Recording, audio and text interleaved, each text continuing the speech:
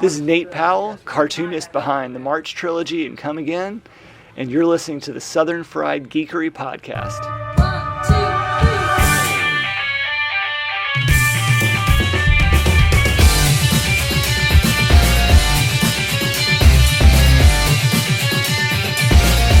3. Hey everybody, welcome back to another fun-filled episode of the Southern Fried Geekery Podcast. This is episode 111.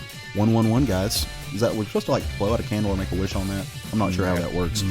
As always, I am your friend, your partner in this comic book endeavor, Caleb Alexander McKenzie. Matt Trogdon. And I'm Craig Lance.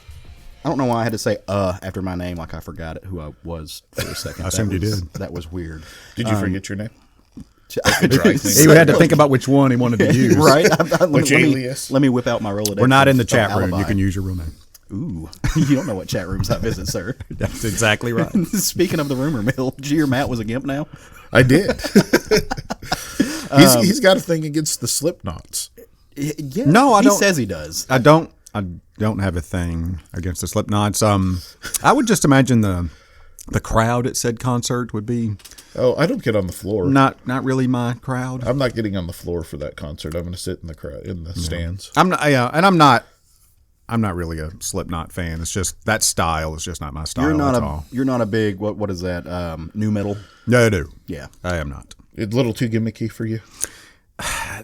No, I wouldn't hold that against them. It's just not that style. It's just not my thing. See, I held it against them for a while. I'm not going to listen to a band that has 20 people in it and they all wear masks and then I'm like, I heard some of their songs and I'm like, yeah, I can listen to this band. I didn't hold the gimmick against them. I hold the fact that they completely ripped off and stole Mushroom Head's gimmick from them, and then became a bigger band. So, Corey Taylor's all indications are anyways. Well, I'll just say he's an entertaining guy to listen to speak, to talk. All his interviews are crack me up. He's legit one of the nicest guys in heavy metal. He seems like it, yeah. Joey Jordison, who is I think was one of the best drummers in metal, who drummed for them for a long time. It's got ankylosing spondylitis, I think is what it's called. Yeah. So essentially what it is, he had to quit drumming. All of his bones in his neck and back are fusing together. Same thing Mick Mars has from Motley Crue. But we're not here to talk about the musics. We're here to talk about the comics. I mean, musics is, I mean, Slipknot seems like a supervillain outfit. He is actually supervillain. Yeah. Oh, what was that from? Suicide Squad. That's right. Okay. Says the guy that's read 2 Suicide Squad books. I'm an expert. I was thinking back. Did y'all hear about this Amanda Waller? Dangerous person, that Amanda Waller. I was trying to remember if you were talking about the film that shall not be spoken about, or if you were talking about the book that we read. Yes. Yeah. Hey, speaking of movies, I was pleasantly surprised. I went and saw the new Birds of Prey movie. Really good. I went in, and granted, went in with low expectations because I watched Suicide Squad. Completely different. It's not necessarily detached from it, but as far as thematics, the way the film was written, the way the movie goes, actually really, really good. If you like movies like The Hangover, and if you like movies like the first Hangover, I think the first Hangover is great. I think all 3 Hangover movies are pretty funny. Yeah, Bridesmaids, or so you're not selling it to Matt. Yeah, boy. Kick-Ass. Very much in that vein, and Scott Pilgrim. It's like a combination of those things. You're just being a curmudgeon, Matt. So my inside sources from the conservative side say that it's failing because it advertised as identity politics. Don't listen to those. I don't listen to those people. Those inside sources get their other people from inside sources that also claim to have inside sources, and none of them do. And it's just they download their personality from YouTube. Yeah. It's the general consensus of the world. No, I think it's a fun movie. I was highly entertained, and Raj went with me, and he's the one who picked the movie. And he was just cracking up to the point that he was almost crying. So does it feel more like a comedy than an action movie? It's an action comedy. It's straight up an action comedy. So Lethal Weapon? Funnier, I would say. That's not Lethal hard. Weapon. Yeah. I mean, Lethal Weapon's kind of, has comedic moments without being intentionally funny. This one is intentionally funny, but they hit their marks. Gotcha. So it's not one of those things like where they tried to make a joke and it just failed. I don't think there was a single joke in here that didn't land. Like the timing was perfect. And I'm pretty critical of comedies because I don't necessarily like comedies. I like more serious films. But this had me like I was dying. Spoiler for a part of the scene. There's this one moment where they're having a big fight out in the evidence locker of a of a police station, and Harley Quinn dives behind this giant like pallet of cocaine, and the people with their machine guns just shoot at her, and it's just raining down cocaine around her, and all of a sudden you see her eyes go really, really wide, and her pupils get really, really small, and she just smiles, and it's amazing. Harley Quinn high on cocaine. I can only imagine. Great. No, it was great. It's one of those irreverent comedies that I had a fun time with it. I recommend. I intend to see it. I just haven't had a chance to get to the. I've got another movie I want to see before it's Star Wars again. No, 1917. I want to see that one. The last time I saw Star Wars, I decided that I've had my fill. I mean, I love it. I'll keep watching it when it's on video, but I don't have to see it again at the theater. So Nice. Well, I want to go see 1917 as well. I tried to get Roger to go see that one. He's just kind of disinterested. Oh, he'll be interested once he starts. Okay. It's too good. He's not a quote unquote serious movie person. Like there there has to be could something. be a conflict between you two. You don't like comedies. He doesn't like serious. No, movies. I mean we acknowledge we like way different things, but I do think I tried to sell him on it's like a more cinematographic Saving Private Ryan. No. And he was just like, eh. Yeah. Well, see, I haven't seen it yet, so I'm just kind of basing on what the trailer that I saw. I walked into my bedroom and Stephanie was watching a television show on Netflix called Anne with an E. Yeah. And I'm in Green the living Gables. room watching Lock and Key. I'm like, we just watched completely different shows. That's right. Lock and Key came out. Lock and Key came out. It's really good. I'm on the 5th episode. Okay. It's been a lot of fun so far. If you like the comics, you're gonna love this television show. It hits all the high notes of the comics, and the changes that they make are understandable. And I'm really digging it. All right, bad nerd admission time. I've never read Lock and Key. Me either. Yeah, Oh, I both feel- of you should give it a shot. It's really, really good. I feel better now. Matt hasn't read it. You're weird, Craig. I would say get the first trade and read it. If you don't like the first trade, don't Yeah. stick to it because it's going to have that same vibe through the whole thing. So it's not going to be something that's going to change a whole bunch from trade to trade. You get the vibe and it sticks to that. Yeah, nice. Well, we've digressed. We've gone way off the beaten path, which is fine. I It's love all it. right. It's I nerd enjoy stuff. it. We're I like good. it. But Craig, getting nerd did you see that? Feel that defensive tone? no, Geekery is part of our title. you are correct. You are correct. But as I eyeball my list, no, I think it's fine. I was Get back on track. Get back on. No chaos. This is not the chaos episode. No, but if we keep going, it's going to cost you more money. So because I'm going to have to download extra I'm okay. time. So what we are a comic book centric podcast where we talk about all the things related to the cons, the comics, the casts, these things, those TV shows, all those things you know and love. But we are centered around comics. We are three individuals who love reading the sequential literatures. And so on that note, the way we kind of like to kick off our show, and as if anybody who's been listening to this show more than 5 episodes knows, we like to do what we call short stacks. Number one, because we love pancakes. I mean, it's Arkansas, and you have to love pancakes. Somewhere in the South, yeah. Matt, If you're loves on- pancakes If you're from the North, they're called hotcakes Or flapjacks? or flapjacks. We call them pancakes. And when We you do call order them pancakes, you can order a short stack of pancakes, and they Yeah. come in threes, which is it's a healthy dose of pancake, right? Just goes right into the arteries. So, and we have Is there that. a healthy dose of pancakes? There is not. Fake news. You can't prove that with your magic science. Don't argue in front of the bacon.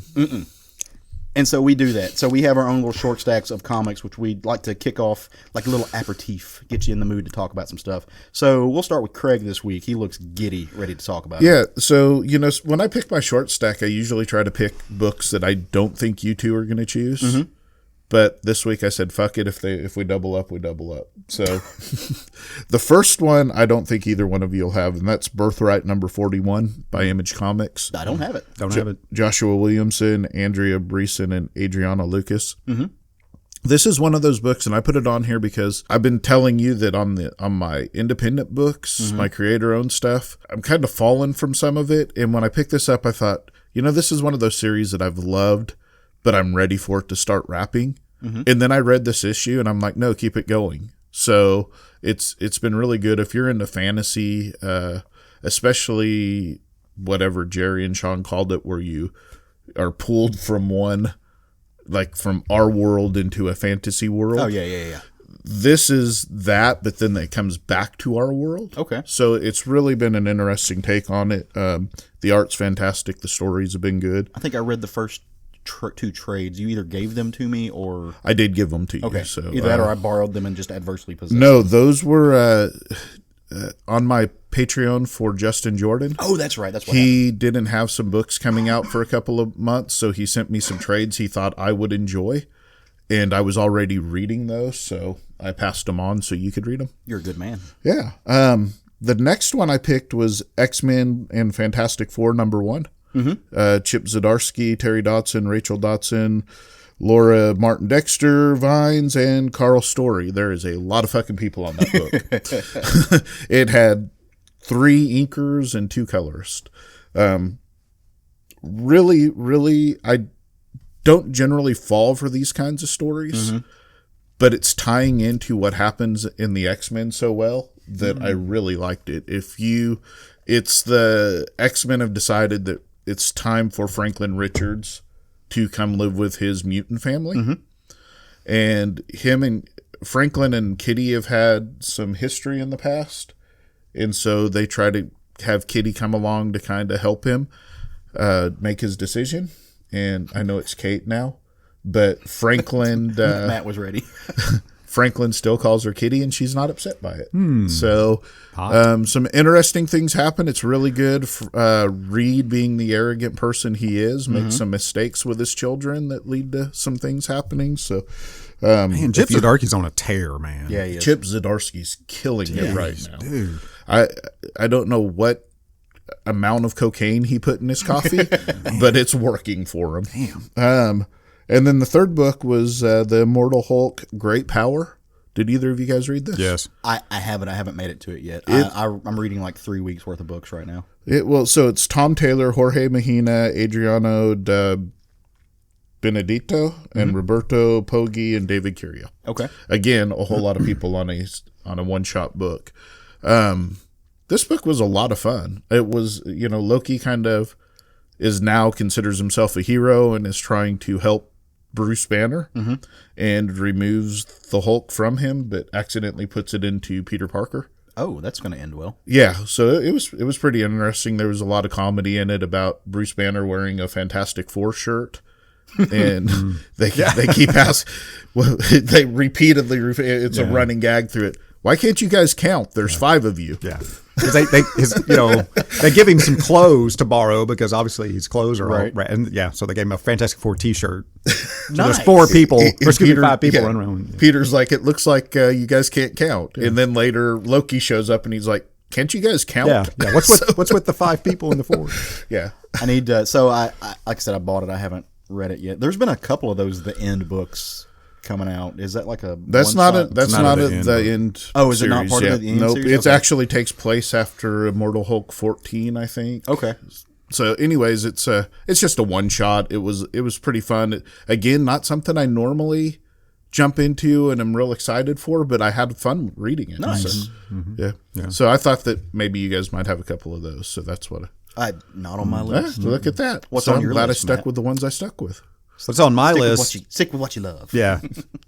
Dark Horse Comics, Crone #4 by Dennis so Culver, good. Justin Greenwood, Brad Simpson, and Pat Brousseau. Probably said that wrong. Boy, oh boy, did this not leave you feeling good finishing this one? Did you? Nope. Oh yeah, it obviously leaves you with all the fifis. Jeez, man. Wow. Warm heart. You love the These things are not true. no tears. No. I was like, oh God. I mean, I didn't see the end. I didn't see the end coming. I didn't see that ending either. Oh, damn. There is one more book, right?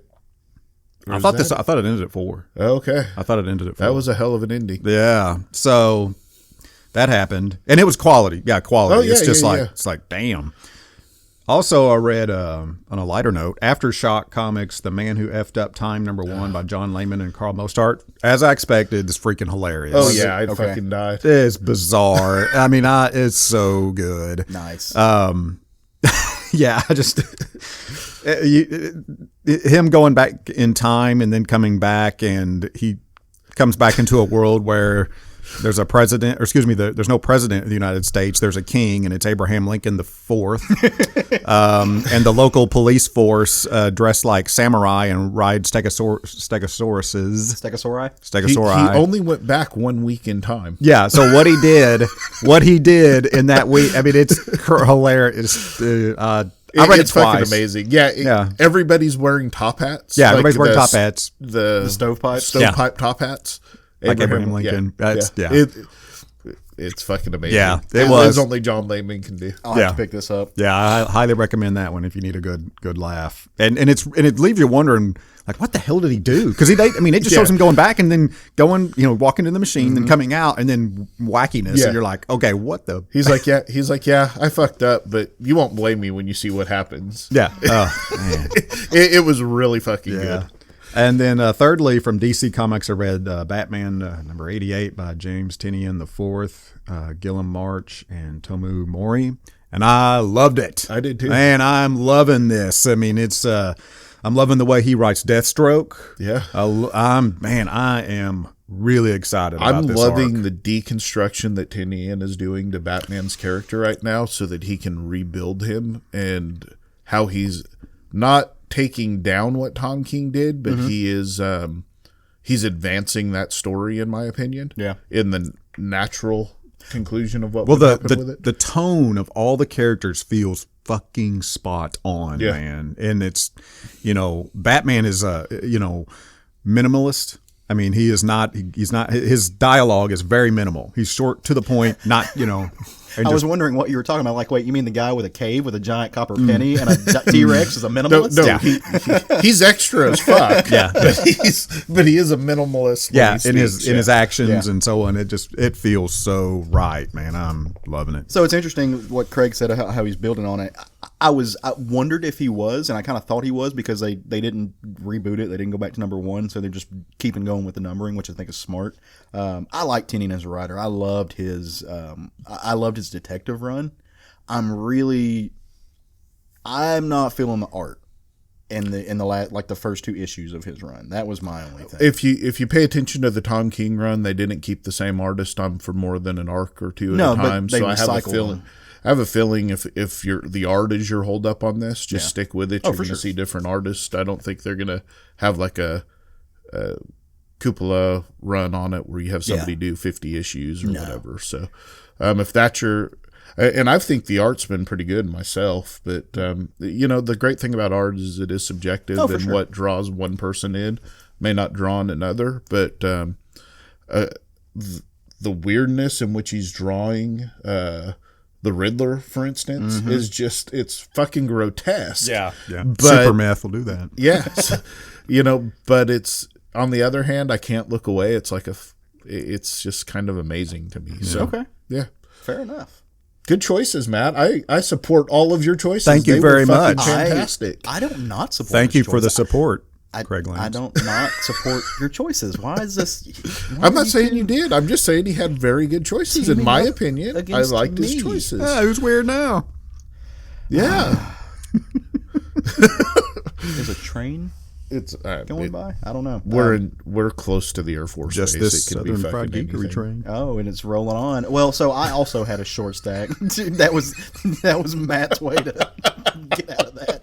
This week I finished up the Authority Omnibus. I know that's been on my short stacks a few times in the past couple months, but it's a big old thick omnibus. So it wrapped up with the final arc by Mark Millar, however you say his name, and Gary Erkson. You also get some early Dustin Nguyen work in there, which I think is really cool. Some of the earliest Dustin Nguyen work that I ever remember seeing, as far as like pulling it off the shelf. So it was just neat to go back and revisit that, and see how he's grown and adapted. It's interesting to see how these guys do it in their own creator-owned stuff versus jumping into somebody else's work. Yeah. Have you ever read that? Were you an Authority fan, Matt? It seems like I need to let you borrow the omnibus because I think you would really enjoy it. I would assume I would. I don't know how I missed out on a Mark Millar book. Well, and so it started with Ellis. Yeah. Oh, I that's mean, right, it's had that's right. Ellis, Enos, Millar, so it's all of these really Big names from kind of that 90s people who weren't afraid of sacrilege. So it's good stuff. Awesome. So I had a little bit of old with that, and then I jumped into a little bit of new with Thor #2 by Donny Cates, Nick Klein, and Matt Wilson. And this re-solidified that Thori is in fact the best boy love Thori. at Marvel. And man, this creative team's just kind of bananas together. Like I love the way that Nick Klein draws Galactus. It gets me. And then third on my list is something that's a little bit out of my wheelhouse. I started this manga that came out in 2008 called Saint Young Men. It's called Hikaru. It's by Hikaru Nakamura. In this story, Jesus and Buddha take time off. They decide to take a vacation. They're tired of being deities, so they decide to come to Earth and be roommates.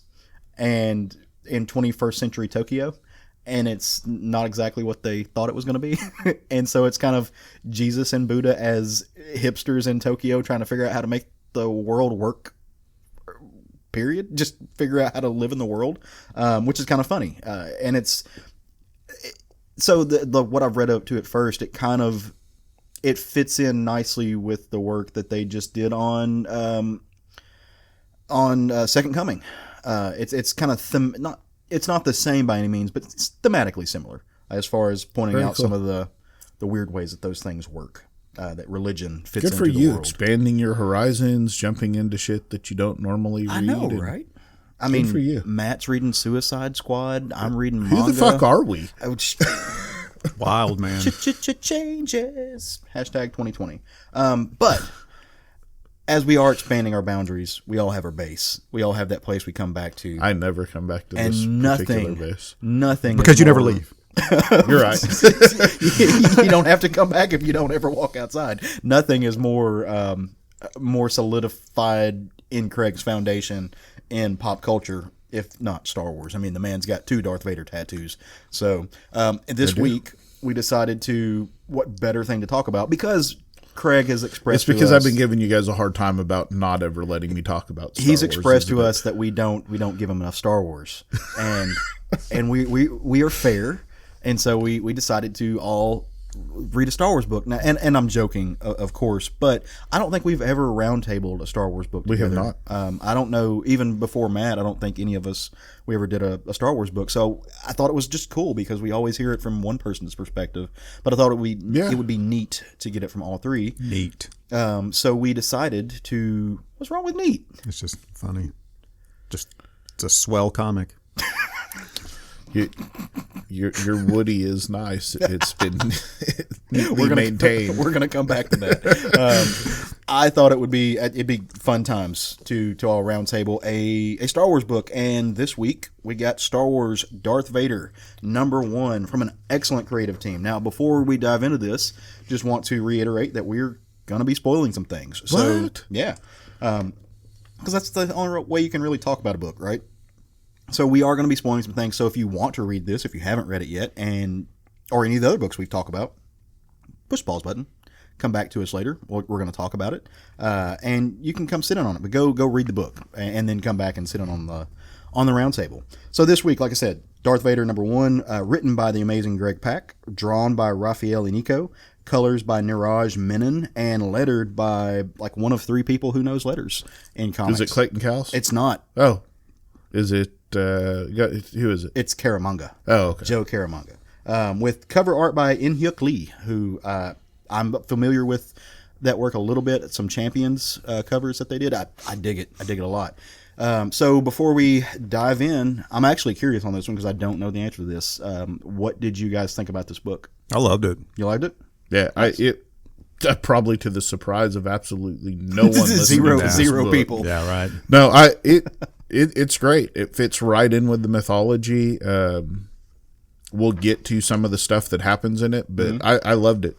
I thought it was fun. I had a really good time with it. I'm not the Star Wars stan that Craig is, but I feel like it was a great book. Well, the Darth Vader books have been in my opinion, the best Star Wars books that's that a they've fact. been doing. Yeah. And Not an opinion. Yeah, I mean, you're not wrong. but the three main Darth Vader titles that they've done, because this is volume 3, the first one took place after Revenge of the Sith. The second volume took place between Star Wars and Empire, and this one picks up after Empire. And they have been the best Star Wars books that they've done to this point so far. Yeah. I haven't read many of them, so I'm going to take your word No, for it. I'm stating facts. True. I will not. I will never second guess you when it comes to Star Wars. So this story, like you said, it starts off in a familiar place. Yeah. The bulk of the story takes place. You said after a Jedi, I think. No, after Empire, before Jedi. Before Jedi. It starts off in the Death Star, and Vader is kind of having this memory of the moment where he informed Luke that he was his father. That kind of iconic moment in Star Wars history where, cuts off the hand, and then by the skin of his teeth, I mean technically by the skin of the Millennium Falcon, Luke escapes. And Vader's having this moment where he's remembering how he feels a little bit like a failure because he wasn't able to turn Luke, but he's also having these paternal feelings that he's not used to, and he wants to know how he's going to pull his son over to the dark side, how to join him. And this kind of takes place in that window. So Vader, he's on his ship, and he's got to figure out where Luke went because Luke escaped. So he's got to start tracking him down and figure out where they're going to go with this narrative, and how he's going to pull Luke over to the dark side. Well, what better way to do that than to go way back in the beginning? And he also wants to punish the people that made Luke hit him. Yeah. Because that's Anakin, that's Vader. How dare my son not be as strong as I feel he should power. be? One of the first words in this book is strength. Yeah. Is power. And so he gets together with his death troopers, which I think are badass. Those guys just are cool. Little fun fact, I tried to translate what they were saying back to the Arabic, the Star Wars language, and none of it lined up, so I couldn't figure it out. So I did even try that. This does not surprise me at all. So they jump in Vader's plane, his ship, and they fly off into the stars. And I mean, where are they going to start? Oh, by the way, I think it's awesome. I did not know this. Apparently, Vader's sidekick is like Wally on steroids, who is his little translation droid or whatever he is, but he looks like Wally, and it's fun times. So a fun fact also is that if you watch the Clone Wars cartoon, there's a episode or a story arc where Anakin loses R2-D2, and they try to replace R2 with other droids. He hates them all. Yeah. So this kind of fits in with that he just really doesn't like droids anymore because none of them stand up to his mind of what R2-D2 was. That makes sense. Yeah. I mean, also, like, you lose your best friend, it's really hard to replace your best friend, especially when you've completely flipped around who you are. So he's going on this adventure. He's going on this mission, and he's doing so kind of in secret. He has to keep everybody from finding out, including the Emperor and the Senate and all those guys who are just sitting up on their little pedestals, bad guy pedestals. And so he takes not Wally, and he reprograms him because he's going to take him with him. And he reprograms him to where if Wally ever decides to like rat him out, like if this droid decides to snitch, he's going to blow himself up. Like he's got to just push the boom button. And so they all get on their plane. A boom button. Everybody needs one. And they go. And where do they go? Craig, where do they go? You tell me where they go. They go to Tatooine. Where the hell would you? If you're going to start a Star Wars story, where do you start? On a desert planet. You got to. And so they go back to Tatooine, and as they're flying into Tatooine, there's some guys just floating in orbit, just kind of waiting, some bounty hunters, and they're like, oh, this is weird, an Imperial ship flying in, no escort. They must be coming to bribe somebody. Bet they have a whole like pallet full of credits on board. We should probably do something about this. Boy, did they make a bad mistake. They did not make wise choices that day. But Vader goes down, and he lands, and he's talking to the local magistrates and everything, and just kind of dismisses everybody. But he goes to the place where it all started. He goes to Uncle Owen's and Aunt Beru's house. That's what Luke would refer to it as. And he walks into this burned out building, and he's having some some memories of this place, because this is the place where Shmi got married. This is the place where she lived the last days of her life. This is the place where he came and he went and he killed all those not sand people. Was it sand people? Yeah, it was sand people. Sand people. Tusken Raiders. Yeah, he killed all of them. So he's walking into this place that I don't know that we've ever seen, at least I haven't ever seen Vader come back to and have this moment. He did not in A New Hope. He stayed off of Tatooine when they were there. He stayed on the ship.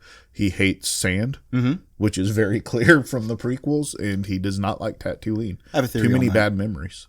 I don't know that it's necessarily from the prequels that he hates sand. The dude's like half robot, and it's got to be real hard to get sand out of your circuits. Well, I mean, there's numerous reasons why he does not like Tatooine. So he's sitting there and he's going. Him and Wally are going through all the stuff, and Wally gets really excited because he finds that lubrication vat that they dipped everybody the maker, in. yeah. But it's Yeah, one of those also too. I told you he's a gimp. He does have a lubrication vat in his basement, but this lubrication vat is dry. There's nothing there, and so they're just kind of looking around and man, Vader's having these memories of Padme, and really, it's getting down to the idea that there is still some human There's still some Anakin there left in there. him. Yeah, and not the good Anakin that we want to think he could be. I mean, this is still the bad version of Anakin, but it's still there, and he's still got a connection. And he's like he has this visage of the moment where he pushed Luke off of the platform and out of this Death Star, but he sees Padme there, and I mean, this gets to him because he's still in love, and Padme is inevitably, he feels betrayal there because he knows she had his babies and that they hid her from him. So they leave, and as they're leaving, they walk out, and the droid senses something underneath the sand, something metallic, and it's Owen and Beru's grave. Is Owen and Beru's graves, or is Shmi and It's Klieg's first wife. Okay. So, and Shmi's grave, and probably some other Lars people. yeah? So where his mom is buried, and his, I don't know. If No you one call was him there to bury stepdad. Owen and Beru because Luke left. Oh yeah, they were just kind of barbecued. Yeah, they were. Sad day. Yeah, they were For disintegrated. them, didn't work out so well. Yeah. But so he finds these gravestones, and they're like, the robot's like, hey, if you really want to give a big middle finger to their history and everything, you go ahead and destroy these. But he doesn't. He uses the Force to cover them back up with sand. And right about that moment, you remember those guys I was telling you about that were floating around in space and are convinced that this Imperial ship flew in with a pallet full of money. Yeah. They choose that moment to attack. Yes, smart move. Yeah, it's An emotional Vader. That's when you want to attack him. yeah. So the local magistrate, the local Imperial guy, like he rolls up and he's like, hey, we got some weird sensor things. You need to come. And right at that moment, just kaboom, it blows up. And these, I guess they're bounty hunters, maybe. They're pirates, just scoundrels. men of ill repute. No good nicks. Whippersnappers. They just blow this dude all to hell, and they start trying to blast Vader. And look, it's Vader. You're not gonna beat this dude. This dude pulls like moons out of the sky and shit.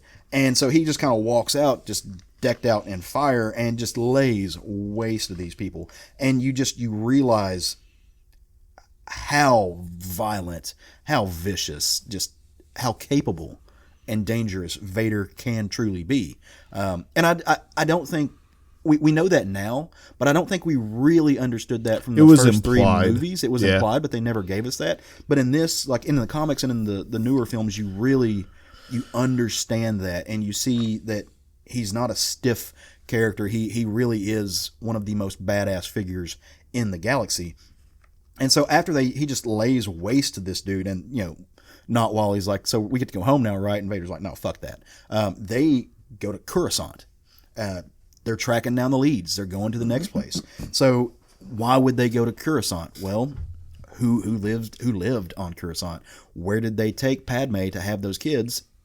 To the capital city. And so She didn't have the kids there, but you're okay. Keep Okay. going. You encyclopedic. No, I mean she had them on a hidden asteroid to prevent anybody from finding Well, where it else do you have babies? on a Other hidden than asteroid. hidden asteroids. Yeah, so but that was his. They go back to his and Padme's apartment. Yeah, which had been sealed off for a long time. So they kind of go there to look around, and keep in mind all this whole time the droid doesn't know that Vader Yeah, no one knows that Vader's Anakin. is Anakin. Yeah. And so as they're getting in there, they're looking at all the old stuff, and Vader's a little verklempt, like he's getting very nostalgic as he's looking at these things, and he can't catch That his is not words. a word I would ever use to describe Vader. Vader. Yeah. Is he not? I mean, he's not talking a whole lot yeah, here. yeah. So they're looking at these things, and the droid is like searching its database and is like, oh, so this makes sense that she would come here. Apparently, she had a Jedi that was one of her bodyguards, and they must have become friendly. And of course, the guy that he's talking about sitting right in front of him. And so they kind of keep going, and they're looking around, and one of the things the droid finds is this little beeper, this little tracker that's floating around, pinned to a wall that's sending out messages to somewhere. It's alerting someone that somebody is in Padme's apartment. And this place has been sealed off for years, so you got to imagine that somebody has got the most boring job in the galaxy, which is to watch dust settle on an empty room up until this exact moment. And so they go to a planet which I'm not familiar with. I've never heard of this planet. It's called Vindaxia. Craig, do you know of this place? It's a new kind of planet, new place. Yeah. And on Vindaxia, there are these little tick-like crab creatures that are storming a bunker. And hey, there's a Jar Jar. That's not Jar Jar, but it's a Gungan. That's a Gungan soldier, and he comes in there and he's like, "Hey, the locals are going insane. We gotta get out of here." And you don't know what he's talking about. It's just kind of murky figure clad in shadows. And right at this moment, the weird tick creature that might have a tentacle, I'm not real sure, snatches him out of the bunker and just destroys him. Shortly after that, you find out why the things are going crazy, and that's because Vader's on the planet. And Vader comes in that and just, lightsaber just whips out, lots of vroom vroom, just takes these things out. And as they enter I guess it's a safe room, kind of situation, they look in there, and even the droid's like, what the like WTF? And they look, and there is a woman. And all you hear, and this is where the big reveal and the big spoiler is, you hear Vader go, Padme?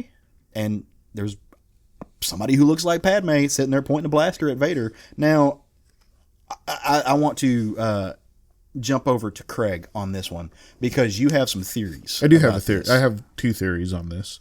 Maybe 3 theories. So as he just whips out a scroll. No, so number one, Padme had a lot of handmaidens that were very loyal to her. Right. We know that she used duplicates, or not duplicates, but handmaidens that looked very much like her, so that she could hide her identity if she needed to. Yeah, I mean, one of them got killed in the first movie, or second movie. Yeah. So this is something she does. There's people that look like her, whether they were altered or they just happen to look like her is unclear. So it could be one of them that's been watching to make sure that her legacy stays intact or whatever.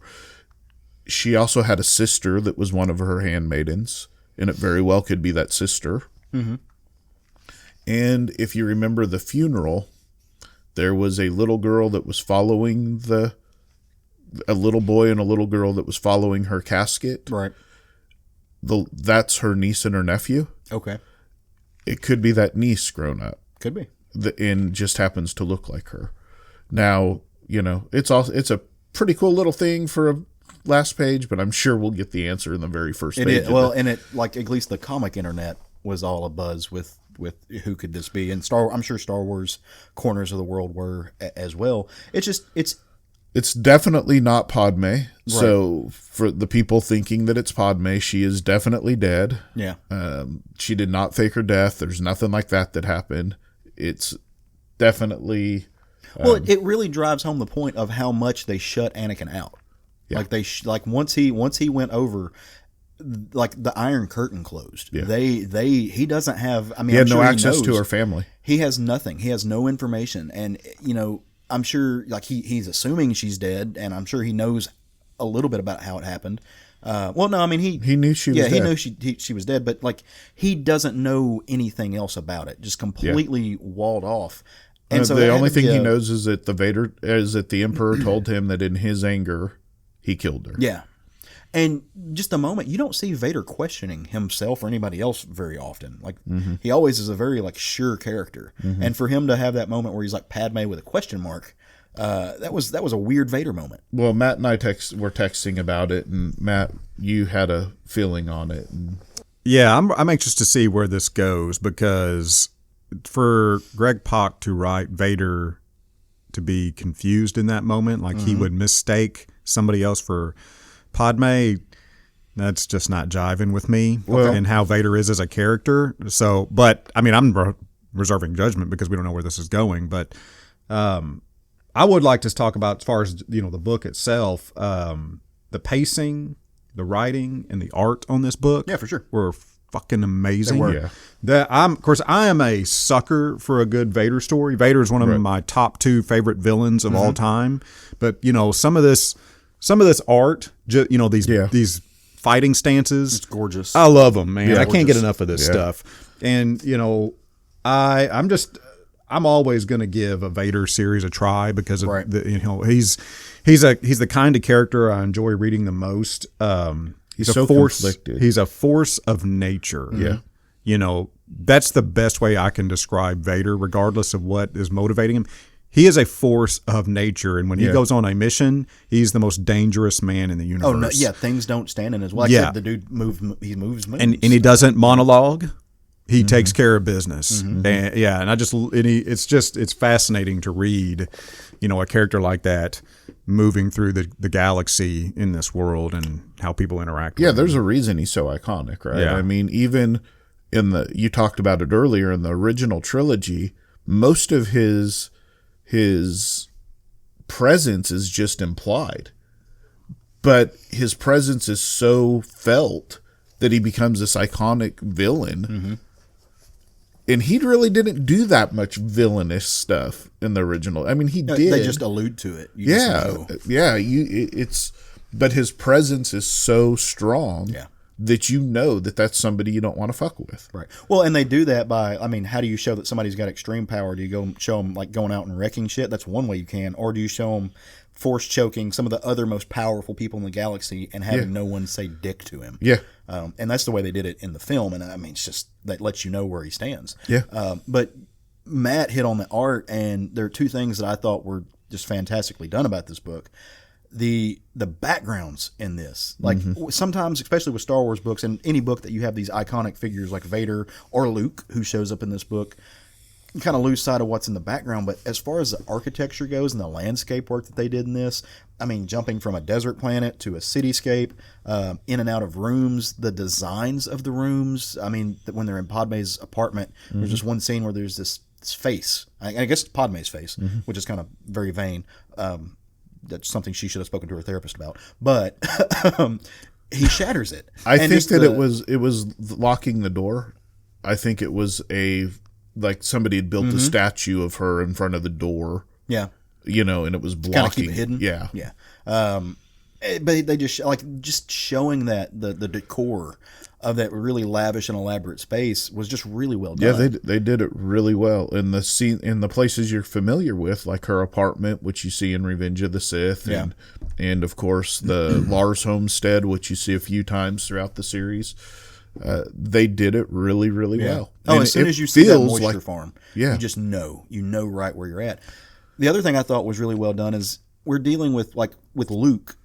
We know what he looks like, but they are not slaves to the photorealism. Yeah, please don't give me photorealism Star Wars. Yeah, they don't do that. It's it's Luke, but they're not making it look like a picture of Mark Hamill. Yeah. In fact, I didn't feel there's one image in there where I don't feel like it's Mark Hamill at all. I feel like it's Luke, but I wasn't like, oh, that's just Mark Hamill. Yeah. And I always appreciate when they do that with properties based off of films, because it just gets stale.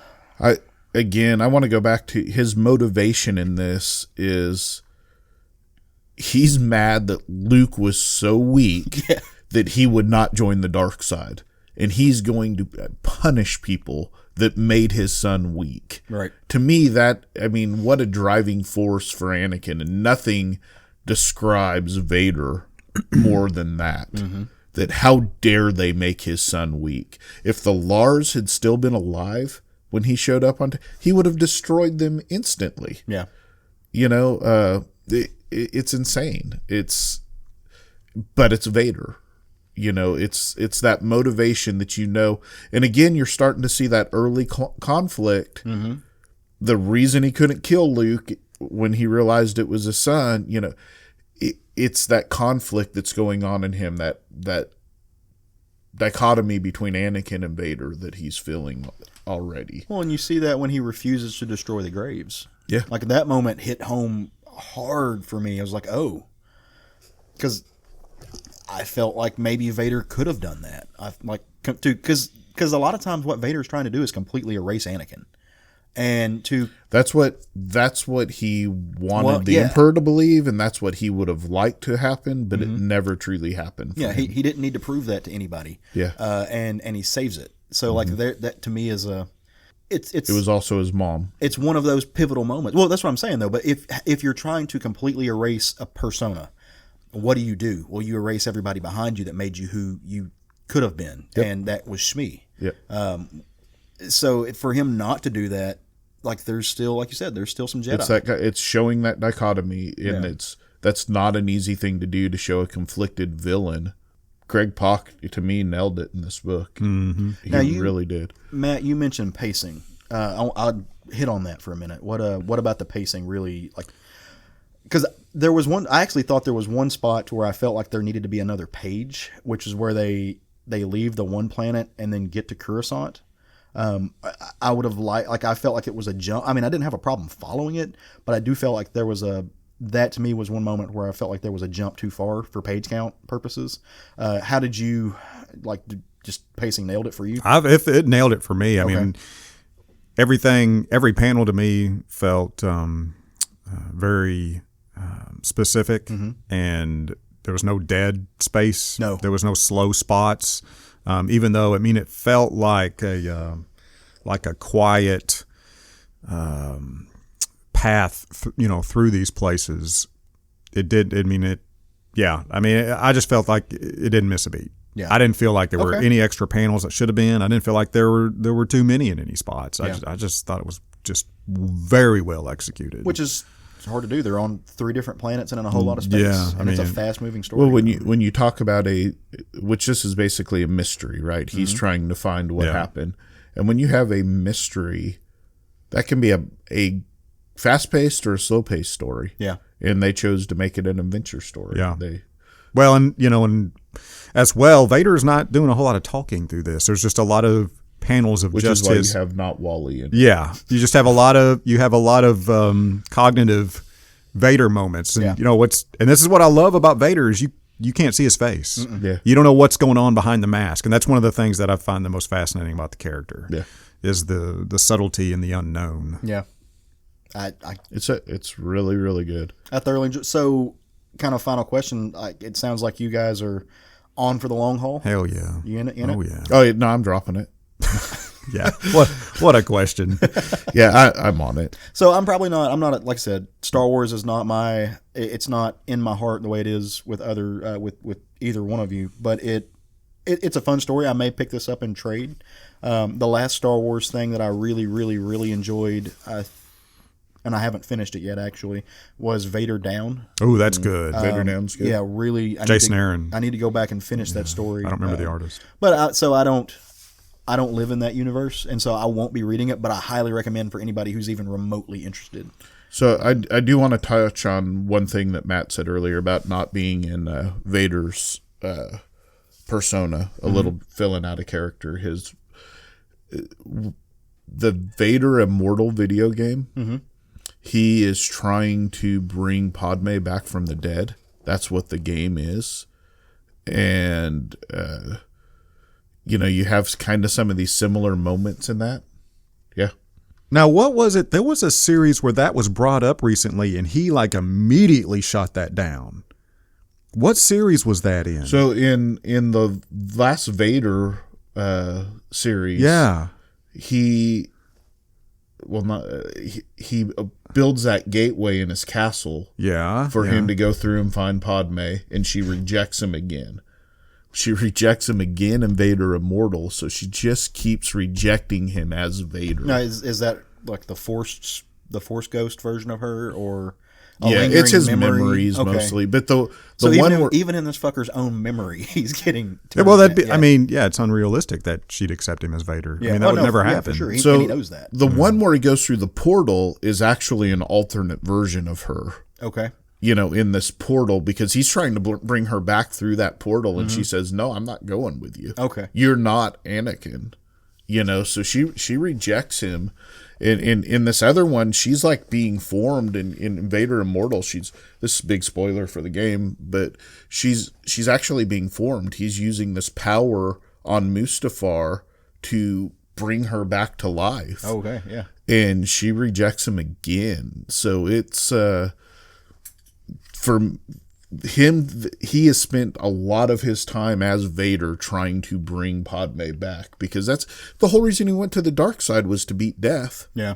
So that's what he's trying to do. So the fact that he would see somebody that reminds him of Padme and immediately be like, "Oh my God, it's Padme," Yeah. would not be surprising to me. But if he dwells there convinced that it's Padme and it's not, that's a little different Right. thing. I think it So- was just that shocking moment. It's not too often you see Vader get shocked. So Yeah, I think that, and I think that's probably what you feel there, without speaking for Matt, Yeah. is a little bit of, you would expect the Force would tell him this isn't Padme, but still that instant shock would probably shock anyone in that moment. yeah. Well, somebody we saw just a glimpse of that I'm curious to see if he's going to play more of a role in this whole thing, because he's such a Machiavellian figure, is the Emperor. We only see him in one panel, And he's laughing. and he's laughing almost like he knows what's about to happen. So yeah, one of the things that happens throughout Star Wars is and even in the comics, is every time Vader's thought he's fooling the Emperor knows exactly what he's doing. Even in that even plays out in the movies. In Return of the Jedi, he's like, "I thought I told you to go to the moon and wait for him. Why are you back here on my ship talking to me?" But he knew what Vader was going to do. Yeah. Vader's not fooling the Emperor ever. No.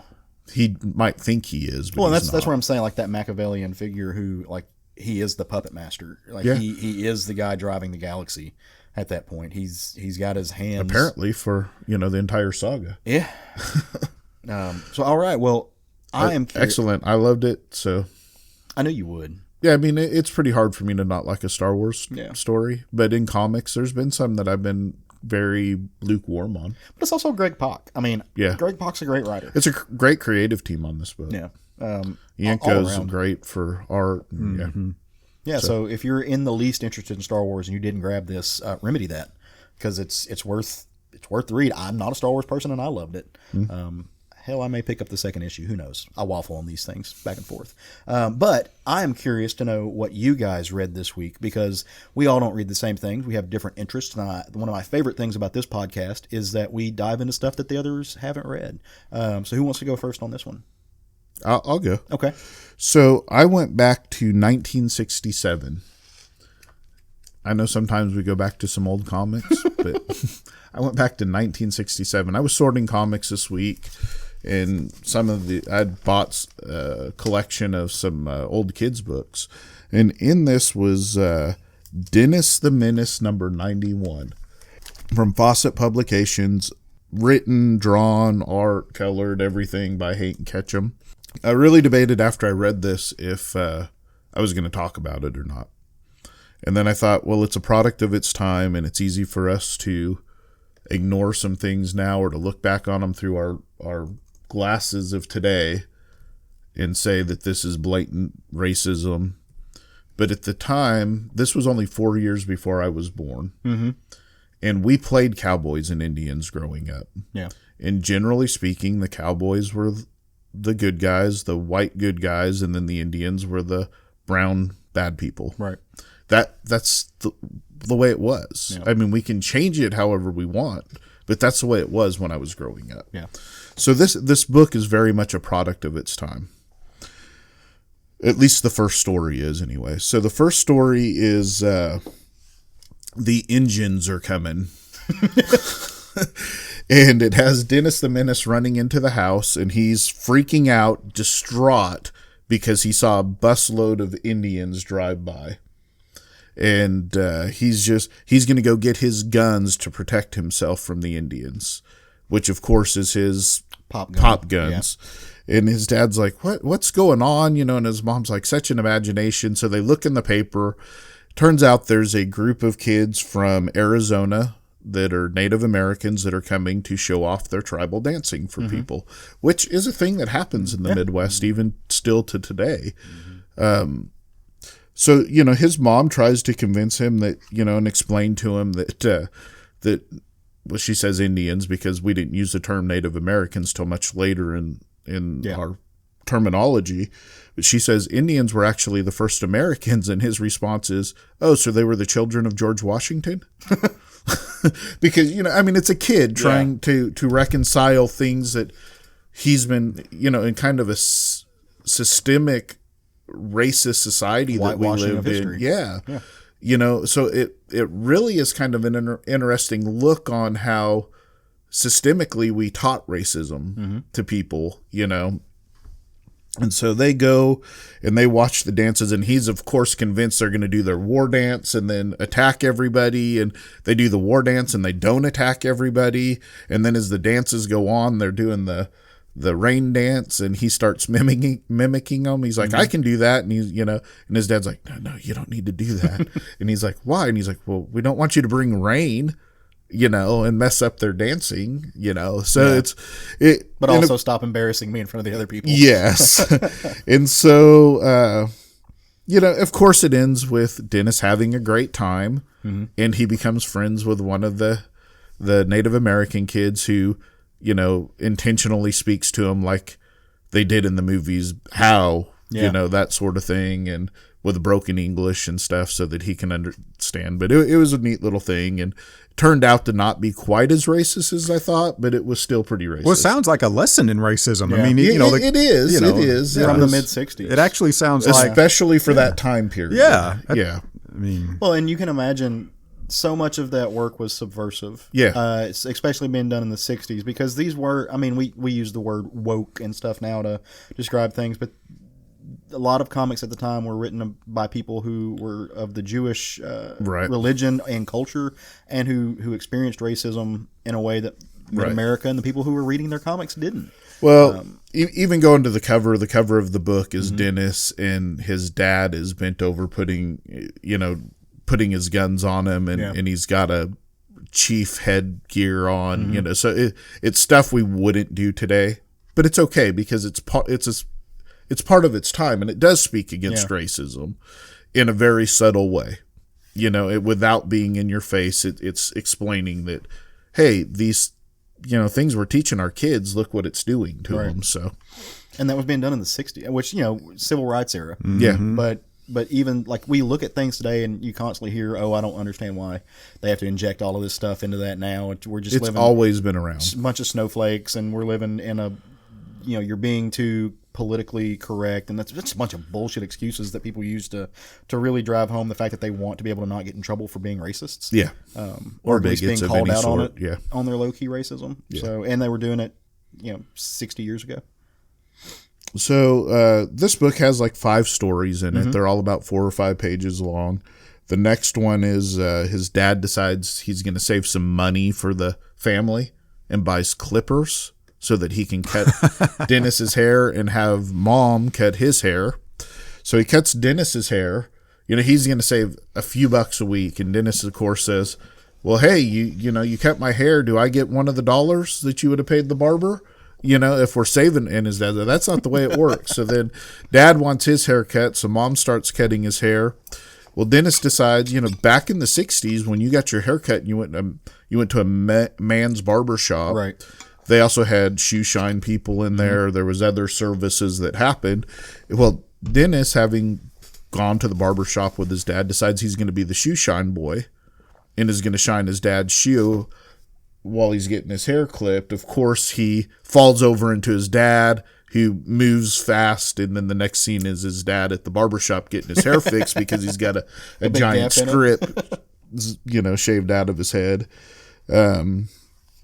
There's a story where his friend Margaret is trying to convince him that one day he will get married And he says, no, that's what adults do. And she says, oh, no, you're going to do it not because not only are you going to do it, you're going to want to do it. Mm-hmm. And of course, she's got little hearts floating over her head, and she's convinced Joey to be her baby and all of this. So, and so Dennis responds with, okay, well, if we're married, today's Sunday and Sunday's golf day, so I'm going to go golfing. And off he goes. And she's like, I never expected to be a golf widow so young.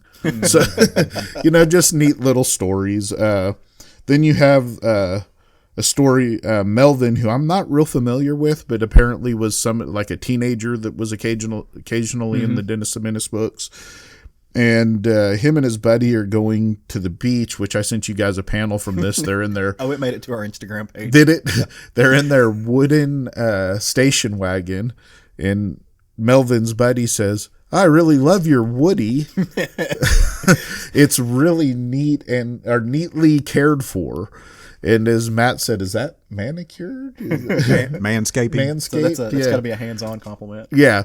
It was again, product of its time, and what they said. Now, if you plug it into our current nomenclature, you get different things. So I think it probably was a little bit of the same thing probably back then both, too. Again, there's some subversive comedy going on, and you see it. So we see the modern day version of that in movies like Shrek and everything, but there was a lot of like low key, very lowbrow humor injected into kids comics back in the day. Yeah, I mean, it's so I got to give a shout out before you move on to our buddy Frank Lanza. He has a little album on his Facebook page. It's panels taken out of context, where he'll post things like that of just old school slang, like the phrase, give me the dick used to be the slang for like, tell me the truth, give me the straight talk, give me the straight dick. And so there's a lot of old comics where they'll use that, and it's hilarious. He really made a boner. Right. Yeah. It's hilarious that he does that. So did he pull that one and I haven't seen it. I'll send it to him. So in this story, they get to the beach and Melvin surfs and he wipes out, and then because he's trying to impress the girls, of course, and he wipes out and he realizes that he should take up lessons, and his buddy's like, surfing lessons? He goes, no, guitar lessons. The next panel's all the girls huddled around the guy playing guitar on the beach, So just fun stories. There's a few more in there, but I always enjoy going back and reading these old kids comics. Probably your age, when you had the Scholastic Book Fair at school, you probably bought books like Goosebumps and things like that. When I was a kid, I always got these books that were like, they were your cartoons from your comic strips from the newspapers in book format. Dennis the Menace, Richie Rich. That was your Snoopy. I think Richie Rich was your favorite. Richie Rich was my favorite kids book but I read a lot of Dennis the Menace as a kid. I read a lot of Mad Magazine, which I don't know how smart that was for my parents, but I read a lot of these other books, but when I went to the Scholastic Book Fair, I always gravitated towards the ones that were the comic strips in book form. Or Judy Blume. I love Judy Blume books. I always bought the Choose Your Own Adventure books. I love Choose Your Own Own Adventure. Those are my favorite. Those were fun. And of course, I grew up thinking that quicksand was everywhere, and that I was going to die in quicksand one day. There's a meme that floats around social media every once in a while. It's some guy going, I'm really surprised. Like one of my 3 biggest things I thought I was going to have to worry about was quicksand. And just not. Yeah. It was everywhere. Yeah, everywhere. Indiana Jones really skewed our expectations in the future on that. And Pitfalls, yeah. Anyways, that was my book of the week. It was fun to go back and read this old book and kind of flashback to my memory of childhood, you know. And again, I almost didn't because... but as Matt said, it really was more of a commentary on racism at the point. And so...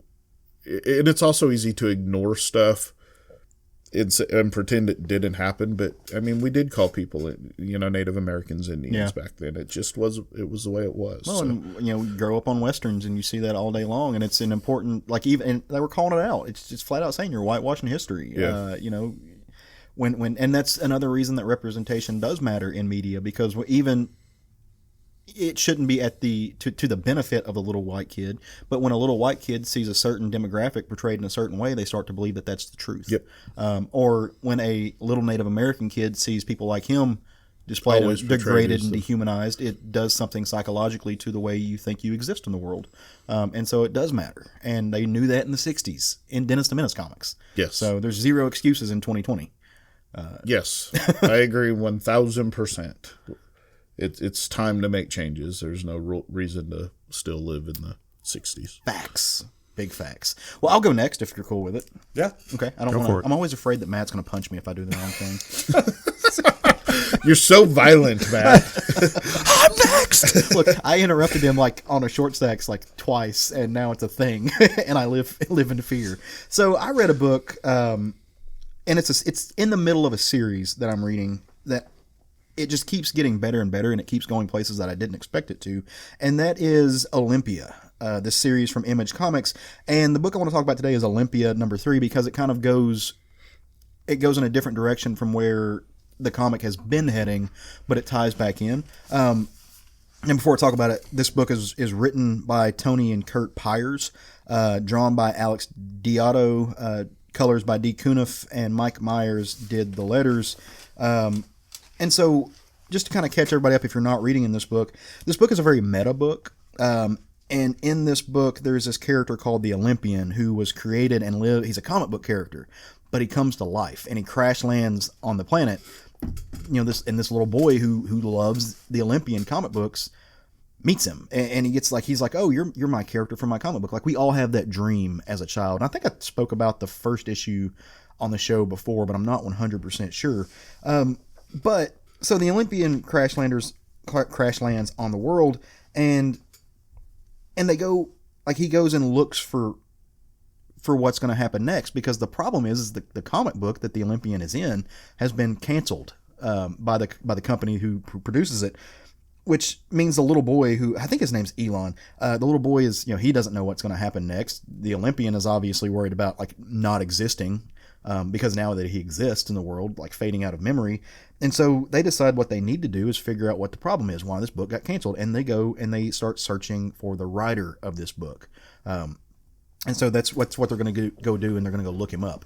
Now, where this particular issue takes off, they don't show you how the journey goes of them finding them.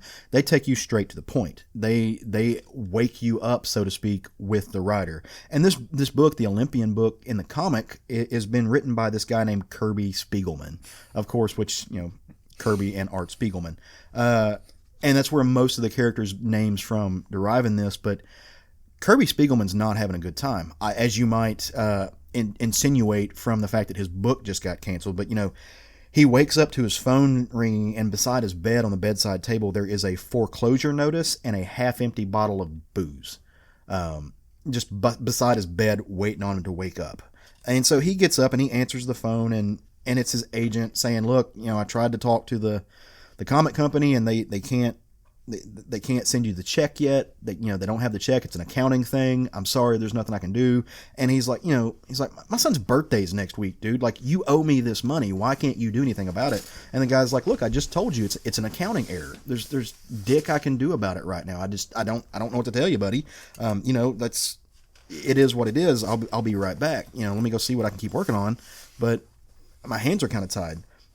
So he goes about his day, and he's making coffee, he's getting started, and he's got deadlines coming up. So he's going to ignore the fact that his house is being foreclosed on. He's going to ignore the fact that he doesn't have any money, and he's going to go do the one thing that he can control. He's going to go draw his book. So he goes and sits at his table, and he starts. Actually, he's inking what he's already drawn, and he's drawing the character, the Olympian. He's working on the third issue, and he's sitting there smoking a cigarette at his work table, very reminiscent from those old pictures of Kirby. Right. And this book is a love letter to that era. And so as he's doing that, again, his phone rings, and the bad day of Kirby Spiegelman continues, because it's the comic company, and they're letting him know that they've canceled his comic right in the middle of him working on the page. So he just, he's infuriated. He rips it up. Like the dude's life is turning to shit. And so he does what many of people who are me would do when they get bad news. He heads to the local watering hole. He's going to go have a drink and get shit faced. Because sometimes that's what you got to do. It's not a healthy decision, but it's a decision that's been made. It is a decision. Do it even if it's wrong. He's sitting there talking to the bartender, and the bartender's like, hey, like, I've got no complaints. It's like, well, shit, maybe I need your job because my job sucks. They pay the guy that sweeps the office at the publisher. They pay the guy who does all these other things, but they can't pay the motherfucker they owe money to who's done the work. And so he's just drowned in his sorrows, man. He's very much in this vein of self-pity, and he gets a phone call. And on the phone call, he has just learned that a very dear friend, whose name is Wally, of course, alluding to Wally Wood, Wally has died. And Wally is a mentor to him. It's the guy that he actually helped him learn how to draw comics. Back in the day, he was teamed up with Wally to do backgrounds on Wally's comic book, and that's where Wally's kind of a father figure to him, and he taught him what he knows, and he's getting this phone call saying, hey, Wally's dead, on the day that he woke up next to a foreclosure notice with a half-empty bottle of booze next to his bed, that he found out he wasn't getting the paycheck that he's owed, and he found out that his comic's getting canceled. The weekend before his son's birthday, that he can't afford to buy him anything. Again, watering hole. Just drown your sorrows, man. And then his phone rings. On this time, though, it's actually his ex-wife, who doesn't love getting that phone call. Right. But they actually don't have a terrible relationship. His ex-wife's calling him just to remind him, hey, of our son's birthday, make sure you're here there. And he's like, yeah, I'll be there. And so he goes to the son's birthday. He pulls up, and there's streamers and balloons, and it's a really bright and sunshiny day. Kids are playing out in the yard, and his ex-wife and her new husband kind of greet him, and he's a little bit late, and he's like, sorry. And they're like, no, dude, it's cool. Nobody really, they're having fun. And the stepdad is like, well, here, let me go let Jacob know that you're here, your son. And he's like, I'll do that. So he yells, hey, Jacob, Kirby's here. And of course, Kirby's like, Dad would have worked just fine. You don't have to use my first name to my son. There's these little microaggressions. Mm-hmm. And so Jacob walks up and he gives him a big old hug. He loves his dad. And he's like, here's a present. And he opens his present, and it's an action figure. And it's an action figure of the Olympian. It's the only thing he had sent. And he tells his son, I know you wanted a PlayStation, like a PS4 or whatever. Times are tight right now, but let me tell you what's cool about this. It's the only one that exists in the world. It's a prototype from McFarlane Toys. And so that's what they sent him, because they expected this to be a big thing. And the kid loves it. The kid thinks it's awesome. So he goes and he's going to run off and, open the box and play with it. Because that's what toys are for. And the stepdad walks over and he's like, hey, I wanted to talk to you for a minute. If you've got time. He's like, I know things are kind of tough with you right now, but the art department at my job has an opening, and so if you want a real job, and uses the phrase real job, you come work for me. And the dude didn't mean anything by it. Again, microaggressions. He was just trying to extend I know you need some help. Come do this. But of course, Kirby's like, no, I've got a real job. Okay, thanks. Cartooning, the work of making comics, is a real job. Just because it doesn't fit into your 9-to-5 mold doesn't mean it's not. I've got deadlines. I need to go leave and go do my work. Kirby doesn't have deadlines anymore. Yeah, he's got no book to draw. He's going to the watering hole. And he does. He does have a deadline. It's a deadline with the watering hole. Yeah, last call. Last call is the deadline. So he goes and he's slamming a few drinks. He makes a very poor decision. He's going to drive home after he's had a few drinks. Again, he's in a bad place. We've all been making bad decisions. Anybody who lives in the South knows driving at night, it doesn't matter if you're drunk, sober, or what, deer want to ruin your day. Yes. And so as he's driving home, there's a deer, it's a doe, and it comes running through the woods, and he has to swerve. Is it a female deer? It is. A doe. A deer. Remy, Fossil Latte. And he drives his truck off the road right into a tree. Yeah. Wrecks his vehicle, hits the windshield, cracks his head as he's kind of sitting there bloody and unconscious, has a flashback. And again, he's thinking about the first time that he met Wally, where he went in there to do the backgrounds. And Wally is drawn just like Jack. And they have this moment where he's remembering, and this young version of Kirby is really excited because he's got a comic that's coming up, and they're gonna do it. And it's gonna be this big thing. And Wally is just like, that was your first mistake, is trusting a suit, kid. Kirby's like, yeah, I know, and they make a joke about the fact he's named after Kirby. It's his namesake, and he's like, I didn't get to pick the name. And he's like, no, I'm just busting your balls. And he's like, yeah, I think it didn't Jack Kirby make that quote about comics will break your heart, kid. Yeah. And while he's like, I mean, that gets passed around. I have no idea if it's true or not, but that's who it's attributed to, and it's 100% wrong. It's not comics that'll break your heart. It's the people in comics that'll break your heart. It's the suits. And he wakes up behind the wheel, windshield's cracked, truck's wrecked, he's bleeding. And he has this moment where he walks out and he's next to a lake and he looks up. I didn't catch this the first time, but this whole book is an homage to creators. Mm-hmm. This whole book is a love letter to the comics history. He's yelling up at the sky, talking to God. It's a moment where a conversation with God.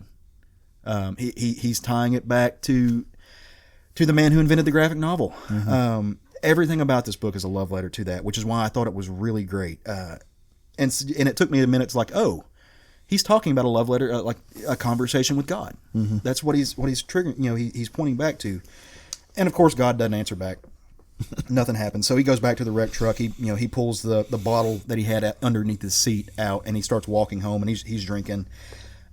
And he gets home, and he opens up his bedside table, and he pulls out a 9mm, and he puts the clip in the 9mm, and he loads a chamber, and he puts the gun up to his temple, and all you see is a black panel, and you see the word bang.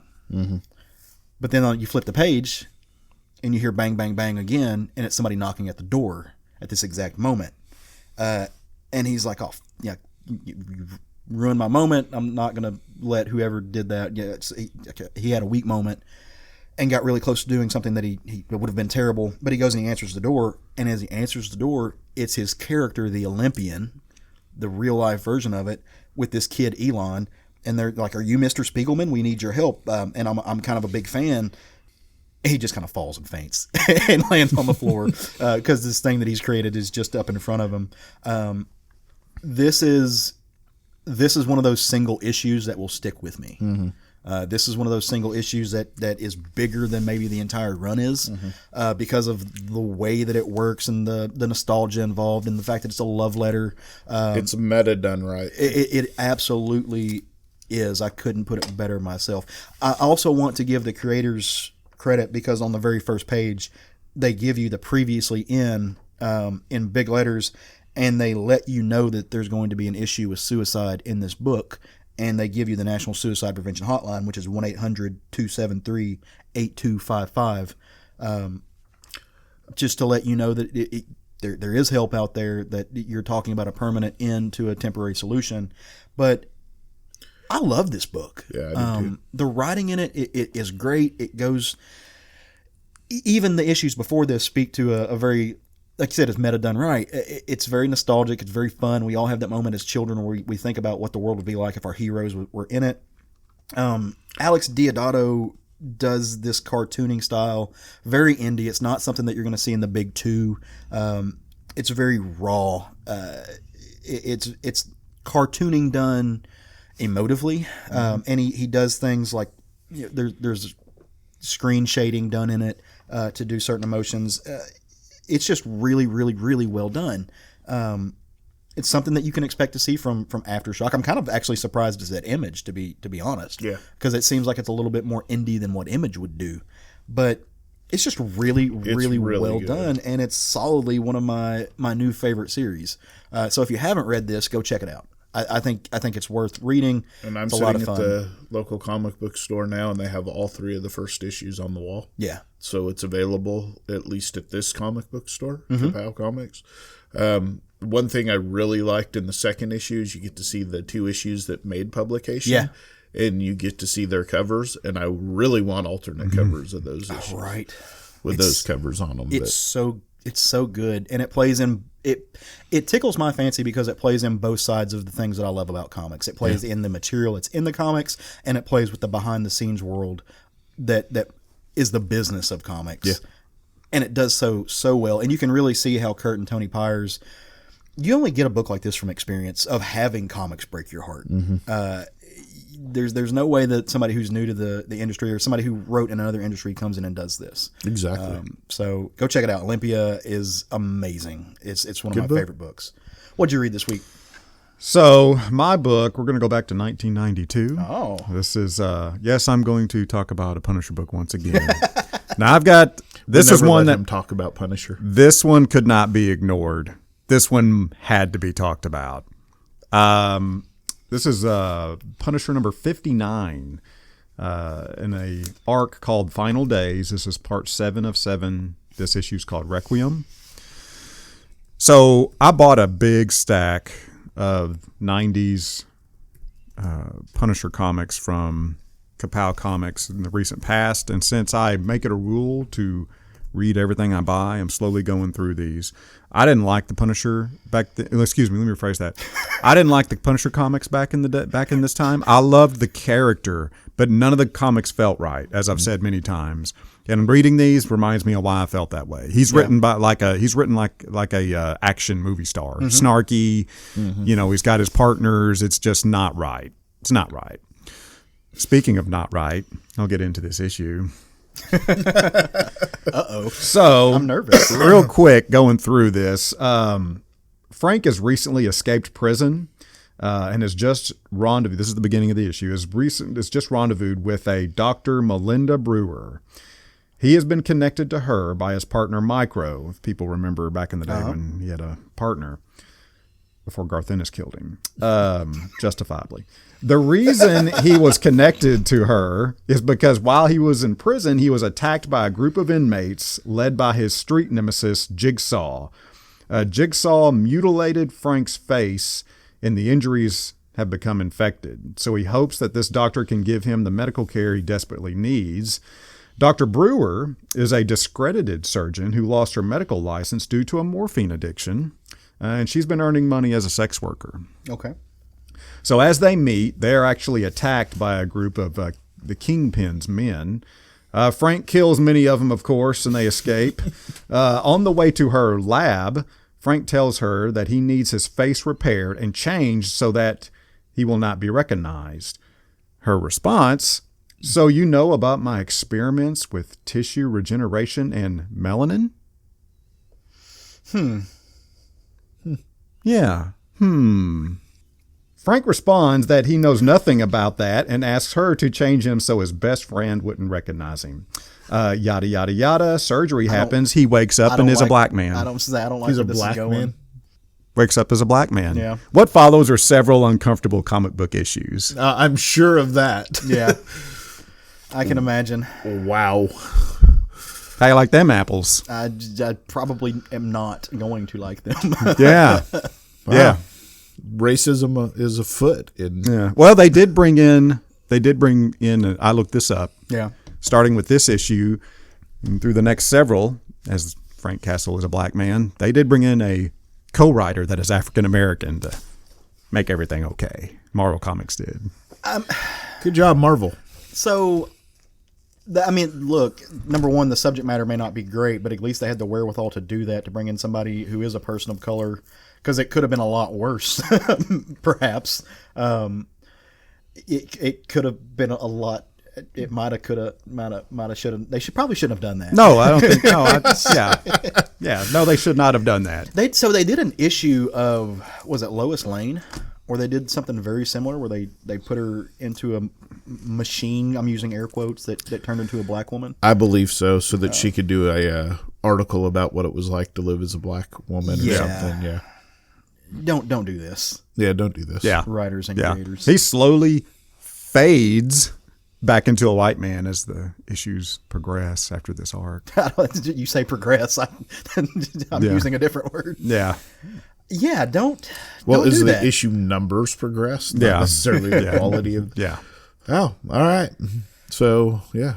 Does he learn? Are there any morals to the story they try to teach through it? I guess that if you want to really try hard and find something like that, you could say that he teams up with Luke Cage. Okay. And Luke Cage asks him not to kill people.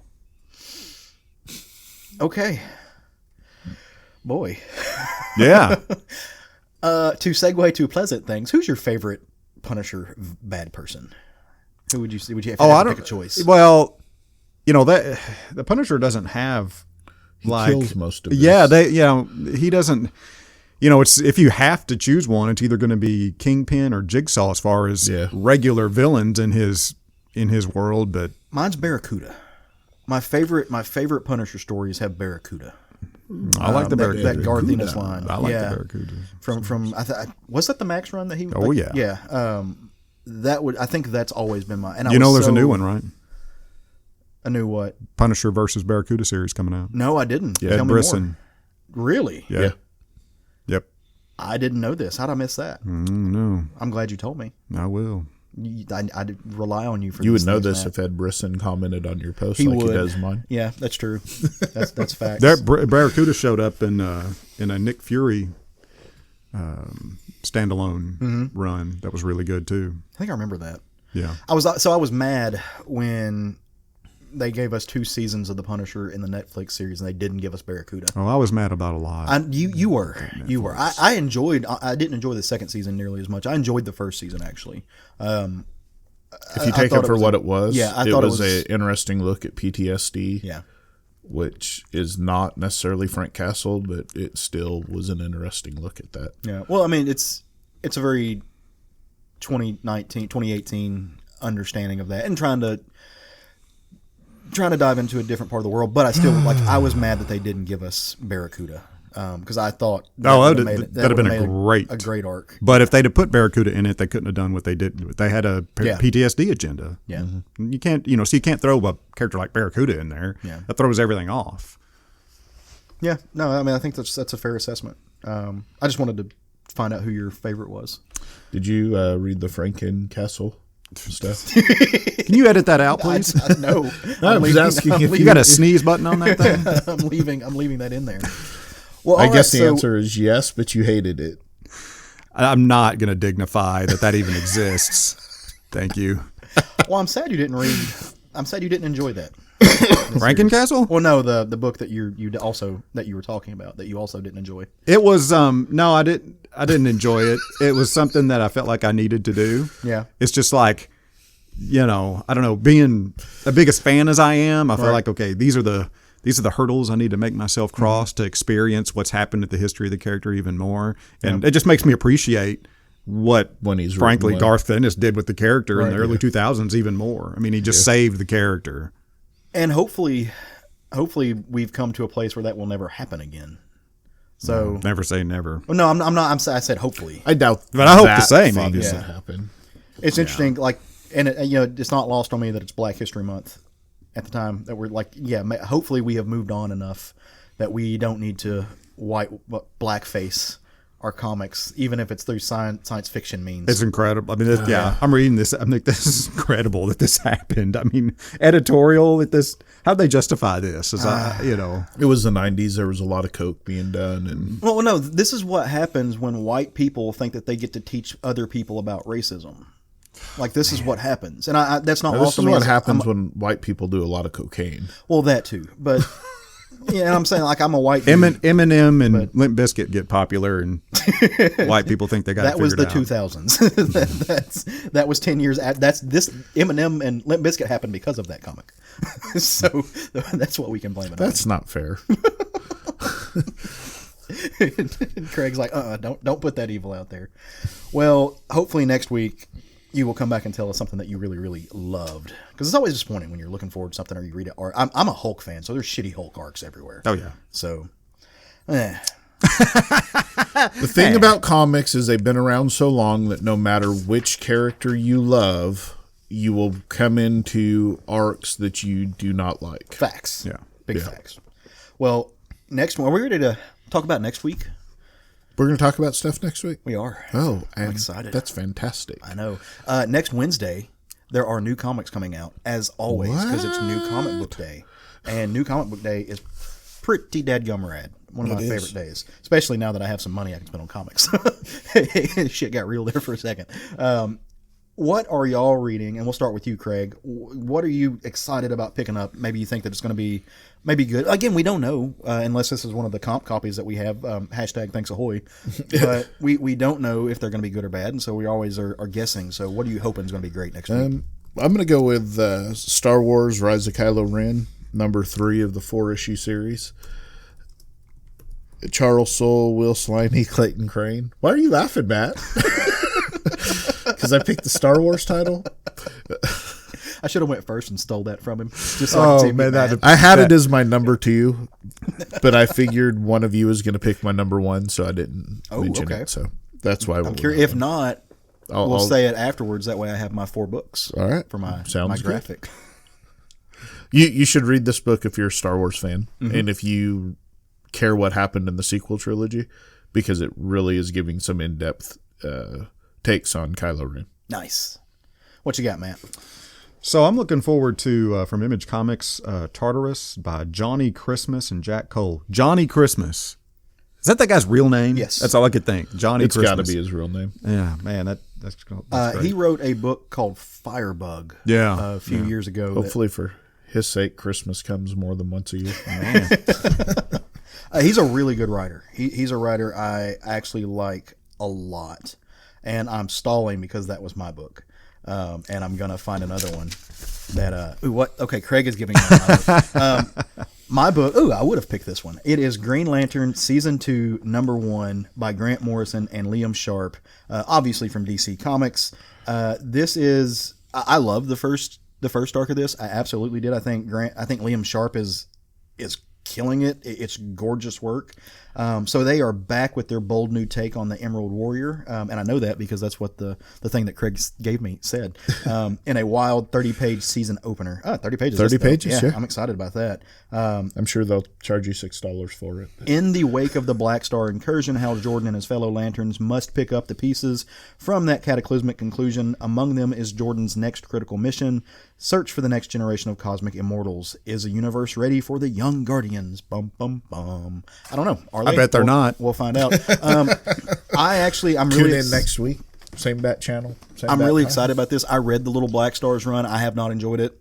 I dropped it. Yeah, and that I didn't even read it. That has me wondering if I would like the series as much if it wasn't for Liam Sharp on the last Green Lantern series. Because I mean, historically, and I'm not knocking on any.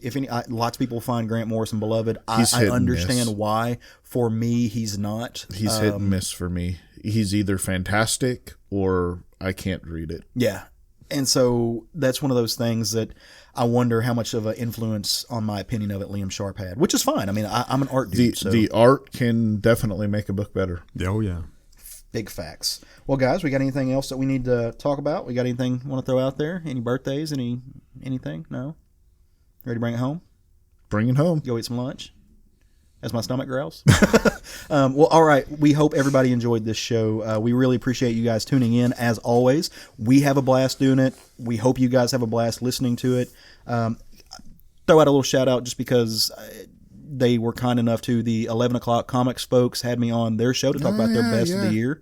Had a great time. Shared it on our Facebook page, but you can find them everywhere podcasts are Sorry, I didn't distributed. bring that up earlier. Oh, no, you're good. I forgot to as well. So, but we had a great time doing it, and I really love talking to those guys. All friends of our show, we're friends of theirs. It's a little brotherhood back and forth. Lots of fun. Go check out 11 O'Clock Comics, as well as some of our other friends, Comic Book Bears, Double Page Spread. There's a ton of them. We have a great little network of people that we love. But while you're doing that, if you want to swing by wherever you download our podcast on and leave a little rating and review, we would really appreciate it. You can find more of this. Maybe you want to talk to us. Maybe you want to do some other stuff, get interaction on our Facebook group. We also have an Instagram and a Twitter feed, which I'm on at least one day a week, at SFG on both of those. And we have an email address because we are gurus of the high tech, and we figured this whole thing out. And that is southernfriedgeekery@gmail.com. And if nothing else, love you, miss you, can't wait to talk to you again next week, and go forth and love some comics. Woo!